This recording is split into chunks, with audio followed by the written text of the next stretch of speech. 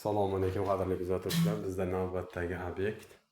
Mijozimiz ikki xona uyga pol qilishni so'radi. Xo'p, bu yerda xona devor va patolonlari MDF bilan ashufga qilingan. Tipimda qarasangiz go'zal turibdi, lekin endi bu holatni tushunadi, uni ustakalarimiz juda yaxshi tushunadi. Mana sokil bilan devorda to'qnashib turgan joydagi zazullarga e'tibor beringlar.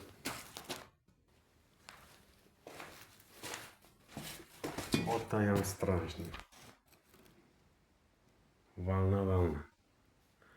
Hozir telefonda uncha ko'rinmayapti, lekin o'tda ham strashniy. Hozir sokil qismini ikkitasini yechib ko'rdim. Mana avrishayotgani holati. Mana bu yer bir 70, bu yer 55, 40 har xil to'qilgan.